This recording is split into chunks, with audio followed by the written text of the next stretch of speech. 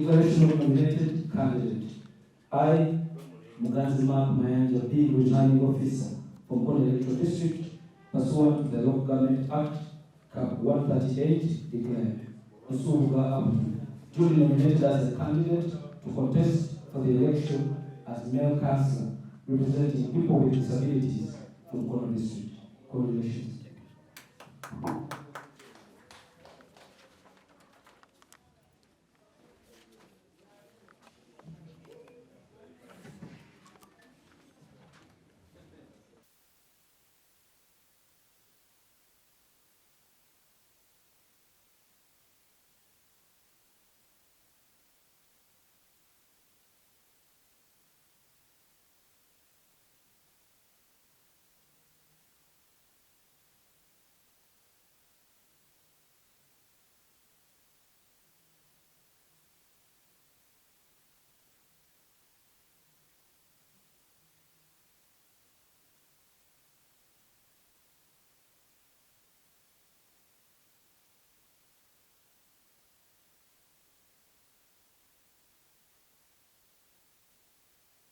Erinnya ddala abantu lye basinga okumanya Majala.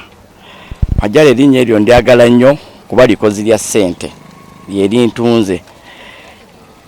Waliwo ekintu bannamawulire kye bambuuziza lwaki nzize independent ate nga ku luli nagamba nti akalulu nkavuddemu. Abamu tebategeera lwaki nayogera ekigambo ekifaanagana bwekyo. Nagenda otunula akalulu ko mu mugongo okutuna situation eyaliwo nga sijja kasobola. Zine ngamba kanzije akalulu aka okukweka kana akalulu ka mutima nti omuntu akuwa ayagala era akumma ayagala era kano sobola nagama nti banzibye ndi mu mativu n'ebinaavaamu byonna. Ekisooka kyenjagala okugamba bannabyabufuzi ekirala nti kunyumirwamu bunyumirwa si lutalo buno buba buweereza. Temujja kulwana kukuba bannammwe biki kati ennaku ezo bakuba mukamange Senyonga kati yafunye n'obulema ate nenkisanyukira kubanga namugamba nga tukole tutekewe etteeka buli kintu mu mukono kibeereko accessibility naye ekyanyamba yakikola kati ekimuyambye nti buli office gyayingiramu n'akagaali ke atambula bulungi. So twejjemu embeera eyo ey'okulwana. Bino si byakulwana. Mukama Katonda yasalawo nti Majala ogenda fuuka kansala gundi ogenda fuuka kino. So bannamwe mbadde mbasaba namwe mukyongere munnyo amaanyi abantu bajjemu okulwana. Babyogera ko bwogezi singa baali baagala nti bw'oba oggyeyo empapula tokkirizibwa kudda kwesimbawo. Singa buli muntu ayandibadde aluuzinga akalulu bandibadde bamuyita immediately nti sooka ojje tulabe tukoze tutya. Tetufunangako muntu atuyita ate n'ekira tuteekamu ssente zaffe. Nze nateekamu $200 okugula foomu kakitegeeza neereese toyina nateeka liŋŋamba nti sijja. Ne bwe tuba tugenze mu kooti bawe kye bayita court of appeal nsobola okuba appeal kati eno ndi ku appeal abantu basalewo andi mukulembeze.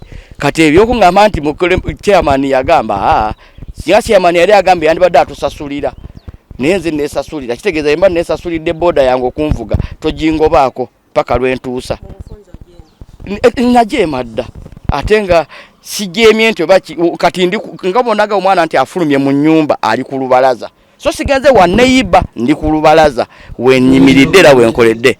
Mwebale ngezezzaako okuweereza abantu abalinako obukosefu mu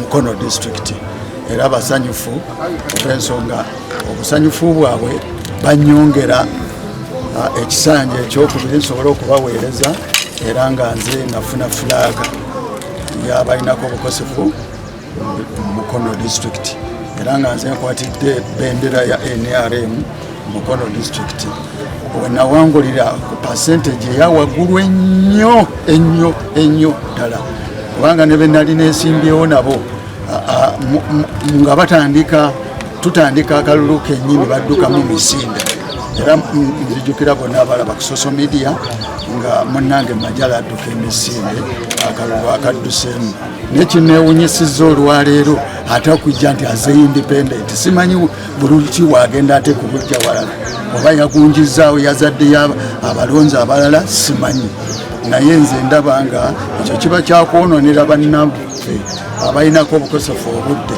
kubanga omuntu alinako obukosefu okumutambuza era okumuzza mu kalulu alabira ddala nga omulumi omutima.